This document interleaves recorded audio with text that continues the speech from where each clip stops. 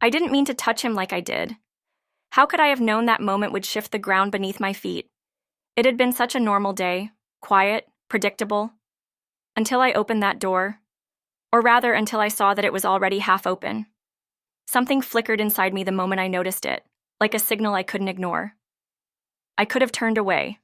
I could have said nothing, walked back down the stairs, and made a cup of coffee like I originally intended. But I didn't. Because in that split second, I sensed that something was about to change, and it did. I won't pretend I wasn't the one who started things. I did. I didn't stop it either. George was at work. The house was still, almost too still.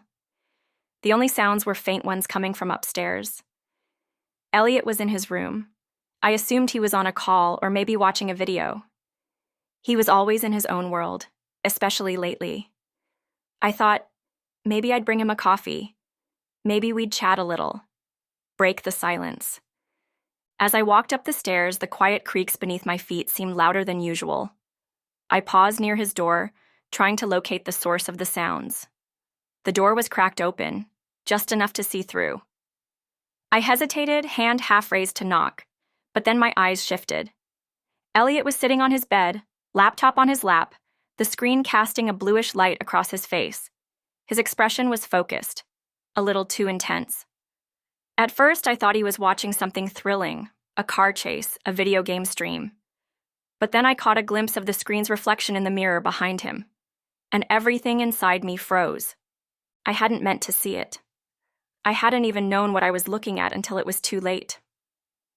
The realization came like a cold wave, uninvited, unexpected. Elliot noticed me. He reacted instantly, scrambling to lower the screen, the panic on his face undeniable. His fingers scrambled over keys, trying to mute the sound, to make the situation disappear. But it was already too late. We had seen each other. There was no undoing that. When our eyes met, his face flushed deep red. He looked away, his voice shaking. I'm sorry," he stammered. I stood frozen. The door," I started, but the rest of the sentence never formed. My mind went blank. I couldn't even process what I was trying to say. I took a step back, heart thudding against my ribs, my hands pressed to my face as heat climbed up my neck. What had I just walked into? Why hadn't I knocked? Why had I stood there for even a moment too long? "Stop it, Darlene," I whispered to myself. I felt unsettled, not just from what I'd seen, but from how it made me feel. Conflicted, ashamed, confused. Elliot wasn't a child anymore, 23, a grown man. But I was 47. I had lived through my share of mistakes. I knew what shame felt like. And this, whatever this was rapidly becoming a memory I wouldn't be able to erase. I stood in the hallway trying to collect myself. My breathing was shallow and I could feel my scalp tingling. A minute passed, maybe two, before I heard the soft movement of Elliot approaching the door. He stood in the doorway, eyes down, adjusting the collar of his shirt. "Darlene, I'm sorry. I thought I'd closed the door." I nodded too quickly. "No, I should be the one apologizing. I should have knocked. I didn't mean to intrude." Silence followed. Heavy, awkward silence. We'd lived under the same roof for years, but that moment was the first time we had ever looked at each other with such discomfort, such raw vulnerability. I turned toward the stairs. "I should start preparing something for dinner," I said, my voice unsure. Elliot didn't respond. He just stood there, watching me walk away. We didn't speak for the rest of the day, not a single word. No eye contact, no texts, just silence. But it was the kind of silence that said everything, the kind that was louder than sound. Dinner was strained. We sat at the table like strangers, the clink of cutlery against china the only noise in the room. I couldn't bring myself to look at him, and he didn't try to meet my gaze either. The next day passed in much the same way, and the one after that. Everything appeared normal from the outside. Me washing dishes, him disappearing into his room, both of us pretending nothing had happened. But inside, there was a quiet shift, a tension building. Then, 3 days later, Elliot sat down beside me on the living room couch. My heart jumped. I wasn't sure what to expect. His hands were clasped tightly in his lap, and his eyes didn't quite meet mine. "Darlene," he began, voice low and nervous. "About the other day, I'm really embarrassed. I didn't want things to feel weird between us. I'm sorry. I just don't want to ruin anything." I took a deep breath. I needed to ease his discomfort, even though I was still wrestling with my own. "Elliot, believe me, I've had my fair share of embarrassing moments," I said, chuckling softly. "You'd be surprised." I told him a couple of those stories, ones that weren't too personal, but enough to make him laugh a little. He relaxed. His shoulders loosened. The tension between us seemed to dissolve, at least for those few moments. But beneath it all, something had shifted. I could feel it. He could too. "Guess we're even now," he said almost too quietly. I blinked, confused. "What do you mean?" His expression changed. For a second, he looked like someone who had just said too much. He rubbed the back of his neck, eyes darting away. "I've seen you the same way." The words came out barely above a whisper. I froze. "What?" I asked, though I had heard him clearly. His face was flushed, but he didn't backtrack. "You didn't know, obviously. I never told you. I didn't even mean for it to happen. But it did. And I haven't been able to forget about it." My pulse quickened. My thoughts scattered. He wasn't just confessing something awkward. He was breaking open a door we'd both kept firmly shut. I looked at him. He looked at me. Something had shifted again. From that moment on, everything changed. We had always had boundaries, unspoken ones, but solid. But now they were paper thin, invisible. We began spending more time together, watching movies, talking in the kitchen longer than necessary, sitting closer on the couch. None of it was overt, but the air between us was different, charged. One evening, while watching a film, our hands brushed. Neither of us moved away. We laughed at the same moment, our shoulders touching. It wasn't just casual interaction anymore. I could feel something beneath it. Still, I tried to ignore it. I told myself it was all in my head. That night, I couldn't sleep. I tossed and turned in bed, restless. Thoughts spiraled through my mind. I was trying to convince myself that I needed to talk to him, to set things straight, to say something definitive. So I got up. The hallway was dim. Elliot's door was slightly ajar again, the light from his desk lamp bleeding into the hall. I hesitated. Inside, he was asleep. His laptop was closed, the screen dim. His breathing was slow, even. I stood in the doorway, unsure what I was doing there. I told myself I was checking on him, that he'd been drinking too much coffee lately and staying up too late. But the truth was, I didn't know why I was there. I just stood silently, watching the rise and fall of his chest, feeling the weight of everything that had passed between us.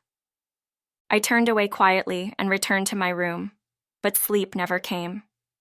The days that followed were quieter, but not calmer. I found myself thinking about Elliot more than I should have, wondering what he was thinking, wondering what I was feeling. Then it happened again. A moment, a conversation, a look. Each one inching us closer to something we hadn't defined. And I had a sinking feeling that whatever it wasn't going away anytime soon. A few days had passed since that quiet revelation between Elliot and me. His confession, buried in half a whisper, still echoed in my thoughts. I tried to push it aside, to rationalize it as an impulsive statement, but I knew better. What he said wasn't accidental. It had come from somewhere deep, somewhere honest. And now, I couldn't stop revisiting it in my mind. I went about my days as usual, laundry, errands, dinner preparation. But a strange awareness lingered in the background. Elliot and I were no longer just housemates. The dynamic had shifted. We moved around each other carefully, as though navigating an invisible line neither of us could name, but both of us could feel. One evening, I was folding towels in the living room when Elliot came in, holding 2 mugs of tea. He offered one to me without a word and sat down.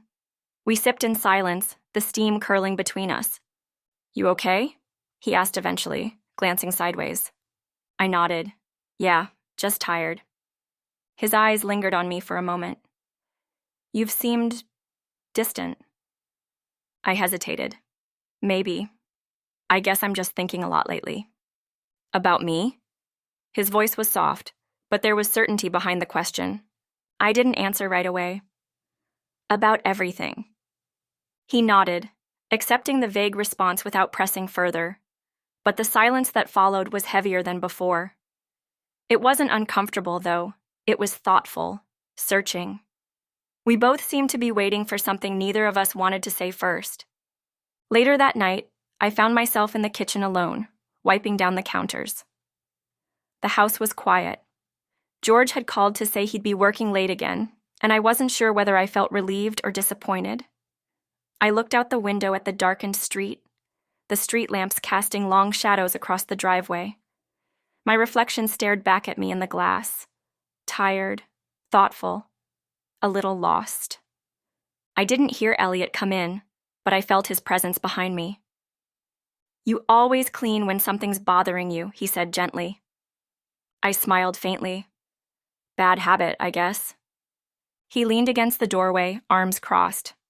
"Want to talk about it?" I turned to face him. "I'm not sure where to start." Elliot nodded. "That makes 2 of us." We stood there, the hum of the refrigerator the only sound. There was nothing physical between us, no touch, no overt gesture. But the space was charged, alive with things unsaid.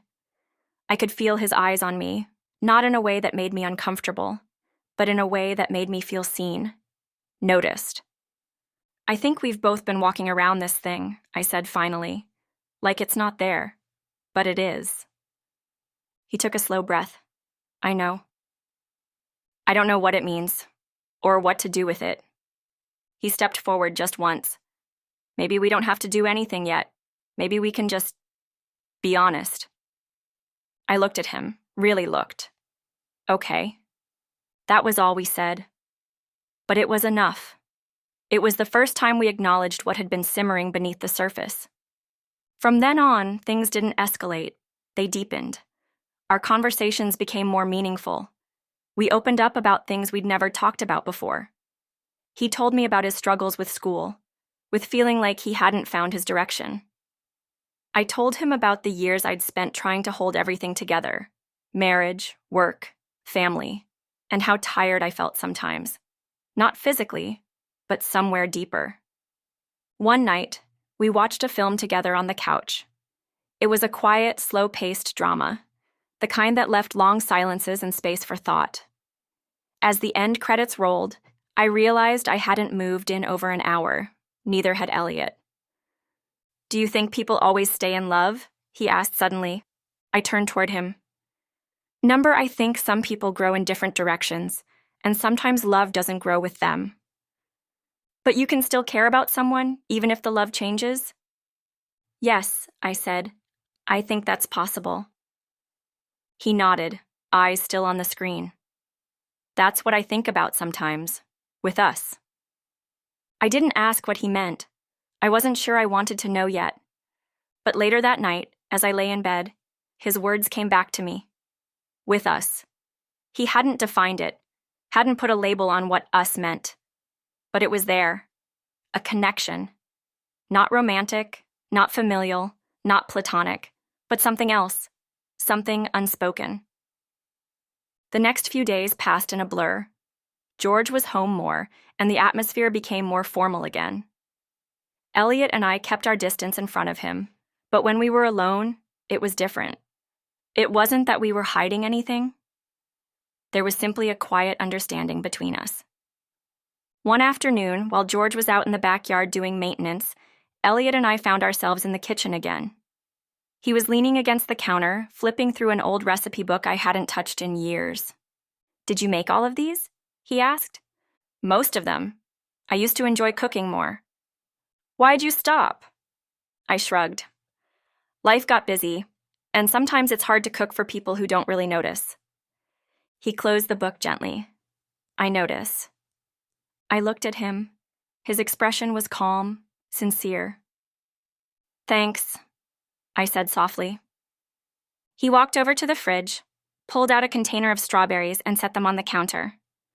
Let's bake something, together. I smiled despite myself. You sure you can follow directions? Nope, but I'm willing to try. We spent the next hour laughing more than cooking. Flour dusted the counter, and we kept forgetting ingredients. But it didn't matter. It felt good, easy, close, like we were building something new, something neither of us could quite name, but both of us appreciated. As the dessert cooled on the rack, we sat at the table sipping tea. Do you ever feel like you're living someone else's life? I asked quietly. Elliot considered that. Sometimes. I think we all pretend more than we admit, even to ourselves. I nodded. I've been pretending for a long time. He met my eyes. Maybe it's time to stop. That night, I wrote in my journal. Something I hadn't done in years. I didn't write about Elliot directly, not by name. But I wrote about change. About the spaces between people. About the weight of silence and the power of being seen, even when you're trying to hide. I didn't have answers. I wasn't ready to make any declarations. But I knew one thing. Something inside me had shifted. And whatever it was, it had a gravity I couldn't ignore. The days that followed were like walking a tightrope, balancing between what had been and what was forming. There were no dramatic confessions, no grand gestures. But there were glances. There were shared silences. There were moments when we both paused, like we were on the verge of saying something more. And then, one evening, after George had gone to bed early, Elliot knocked gently on my door. Just wanted to say goodnight, he said, leaning in the doorway. Good night, I replied, my voice soft. His eyes lingered on mine for a moment. You okay? I nodded. Yeah, just thinking. He smiled. Me too. Then he hesitated, turned slightly, and said, Thanks. For listening. For being who you are. I watched him walk down the hall, heard his door close behind him, and for the first time in a long while, I felt something I hadn't felt before. Anticipation. It had been over a week since that night at my bedroom door. Elliot's voice still lingered in my memory, gentle, soft, and sincere. Thanks for listening, for being who you are. It wasn't a grand statement, but it carried weight, the kind you don't shake off easily. Since then, our home had become a place of quiet glances and deliberate space. We spoke more often, yet never quite about the thing between us. We danced around it, avoided it. Not out of fear, perhaps, but out of caution, like two people aware of a fragile line they weren't sure they should cross. George had returned to his usual schedule, working late, attending meetings, sometimes sleeping in the spare room when exhaustion pulled him under. It wasn't unusual. We had long since drifted into a pattern of parallel lives. But now the distance between us felt more pronounced, and the gap wasn't just emotional, it was spatial. He was further from me than ever, and Elliot was closer than I'd expected. One evening, I was organizing the bookshelf in the living room when Elliot walked in. He sat cross-legged on the floor beside me and began helping without a word. We worked in comfortable silence for a while, sorting novels, old photo albums, and cookbooks I hadn't opened in years. This one looks ancient, he said, pulling out a sun-bleached hardcover. Probably is, I laughed. I think I bought that right after college. I was trying to make grown-up decisions about literature. Elliot smiled and flipped through the pages. You ever think about that version of yourself? Who you were then? I paused. Sometimes. She was more idealistic than I am now. She thought everything could be fixed with enough effort. Do you think she'd recognize you? It was a simple question, but it hit deeper than I expected. I looked at him and shook my head gently. I'm not sure, but I think she'd understand how I got here. He nodded. I think you're easier to see than you realize. I didn't know what to say to that. It was such an unexpected kindness, quiet, but deliberate. Elliot wasn't just noticing me, he was trying to understand me, and that scared me more than I was willing to admit. Later that night, I sat on the porch alone, wrapped in a shawl. The air was cool, the kind of chill that made you breathe a little slower. The stars were faint, but visible, scattered across the sky like pinholes in a curtain. Elliot joined me without asking. He brought 2 steaming mugs of tea and sat beside me on the bench. We didn't speak for a while. The silence between us had become a language of its own. "I like nights like this," he said after a long pause, "when everything feels quiet, but not empty." I nodded. There's something honest about it. No distractions, just being. He turned slightly, his shoulder brushing mine. "Do you think we're pretending?" he asked. "What do you mean?" "That we're just friends, roommates, that nothing's changed." The question hovered in the air like smoke. I exhaled slowly. "I think we're figuring it out." "Do you want to figure it out?" I looked at him, really looked. His expression was open but cautious, like he was afraid of the answer, but more afraid not to ask. "Yes," I said, barely louder than a whisper, "but carefully." He nodded, accepting that. Carefully is okay. We sat a while longer, sipping our tea, the porch light flickering slightly above us. It felt like a contract had been made, unspoken, but mutual. We wouldn't rush anything. But we weren't going to pretend anymore either. The next few days brought a strange kind of peace. We were still cautious, still careful, but there was less tension in the air, more clarity. We found a rhythm, cooking together, reading in the same room, talking late into the night about nothing and everything. One morning, I was in the kitchen, trying to whisk eggs while half awake. Elliot came in and leaned against the counter, watching me with a small smile. "You always cook like you're in a competition," he teased. "I like efficiency."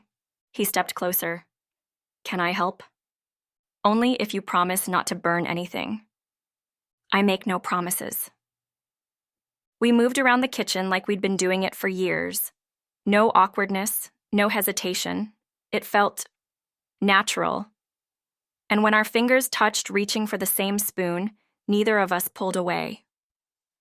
That afternoon, I found myself thinking about the past, about the years of quiet routine with George, the way our conversations had dulled into logistics. We had grown apart without ever arguing, and now I was beginning to understand that silence could be just as loud as conflict. Elliot, on the other hand, brought a different kind of silence, the kind that invited thought, not avoidance. He wasn't filling a void. He was creating something entirely new. That evening, I couldn't sleep. Again. I tossed and turned, restless. Thoughts churned in my head. I wasn't worried about what had been said. I was worried about what hadn't been. I got up and went to the hallway, intending to get a glass of water, but instead, I found myself standing in front of Elliot's door. It was closed this time, no light under the crack. I stood there for a moment, hand almost raised to knock, but I didn't. I turned away and went back to the kitchen instead. The next morning, Elliot was already up, sitting at the table with a book. "Couldn't sleep?" he asked, not looking up. I hesitated. "Not really." "Me neither." We exchanged a look, brief but telling. We both knew we had hovered too close to a line the night before, even if nothing had happened. "Want to take a walk later?" he asked. "Yeah," I said. "I'd like that." We walked through the park that afternoon, the trees tinged with early signs of autumn. The breeze carried the scent of dried leaves and distant fireplace smoke. It was peaceful, calming. "Do you ever feel like you're waiting for something to happen?" he asked. "All the time?" "What are you waiting for?" I didn't answer right away.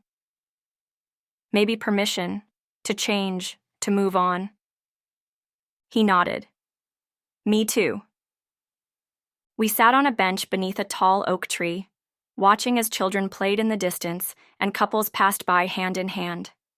It felt like we were in a different world, one where everything moved slower, where moments could stretch and mean something more. When we returned home, I felt lighter. Not because anything had been resolved, but because we had acknowledged the weight we were both carrying. That night, Elliot knocked on my door again. This time, he didn't linger. "Just wanted to say goodnight," he said. "Good night," I replied. He smiled and started to turn away, then paused. "I'm glad you're here." I watched him walk down the hall, the sound of his footsteps soft against the wood. And for once, I didn't feel conflicted. I felt understood. Autumn settled in slowly. The trees along the street turned gold and crimson, and the air carried that familiar crispness, like everything was preparing to turn inward.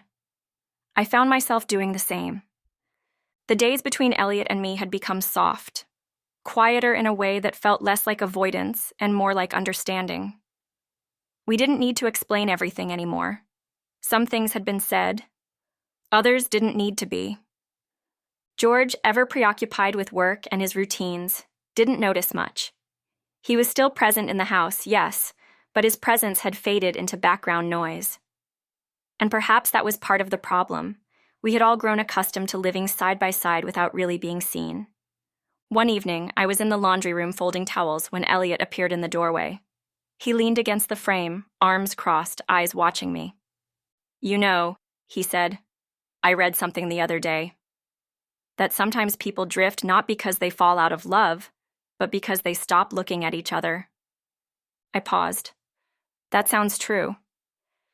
He stepped inside, picking up a towel to help. "I don't want that. For myself. For anyone."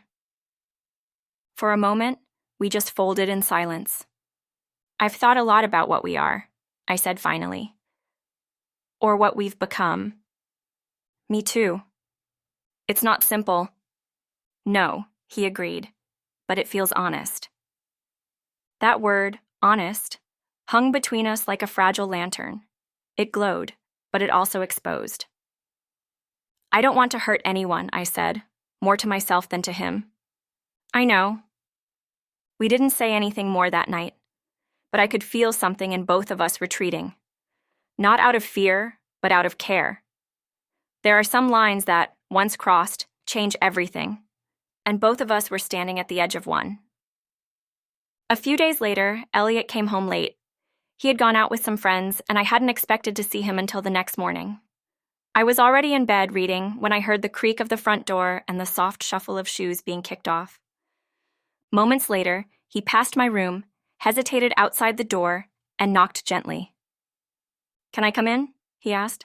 "Of course." He stepped inside, looking tired but clear-eyed. He wore a quiet expression, like something had settled in him.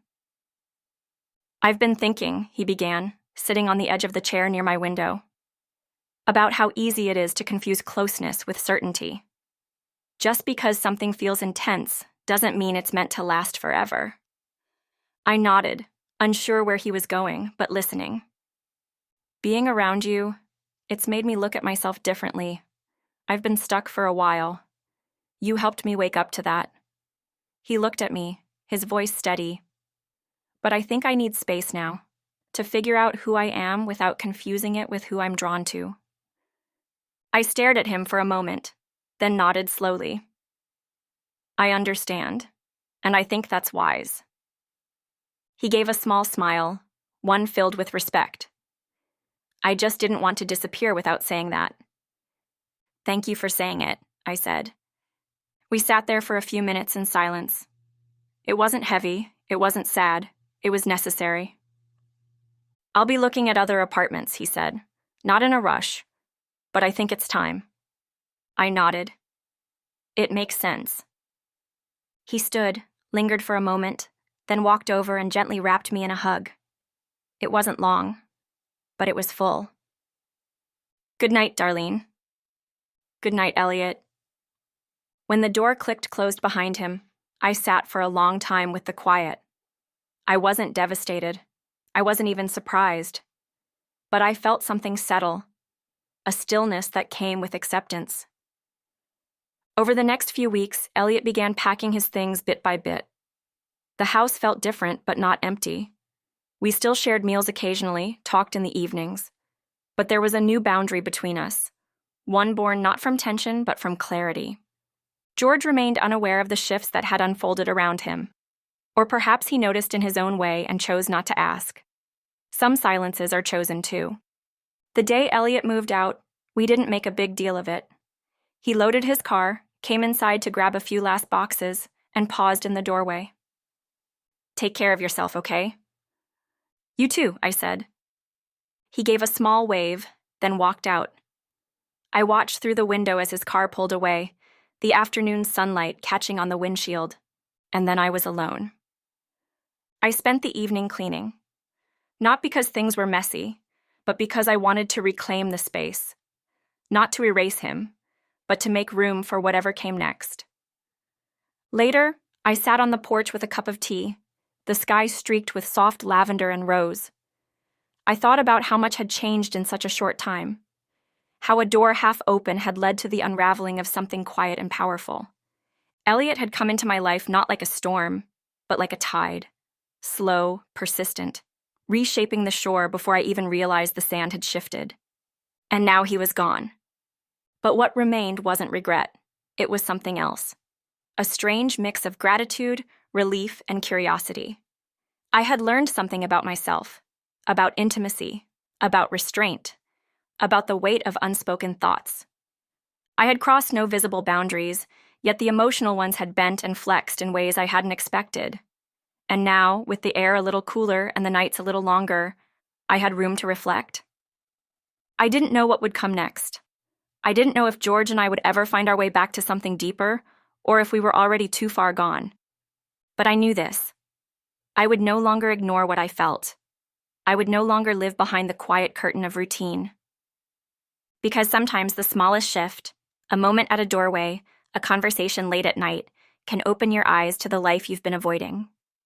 And when that happens, the only option is to wake up and begin again.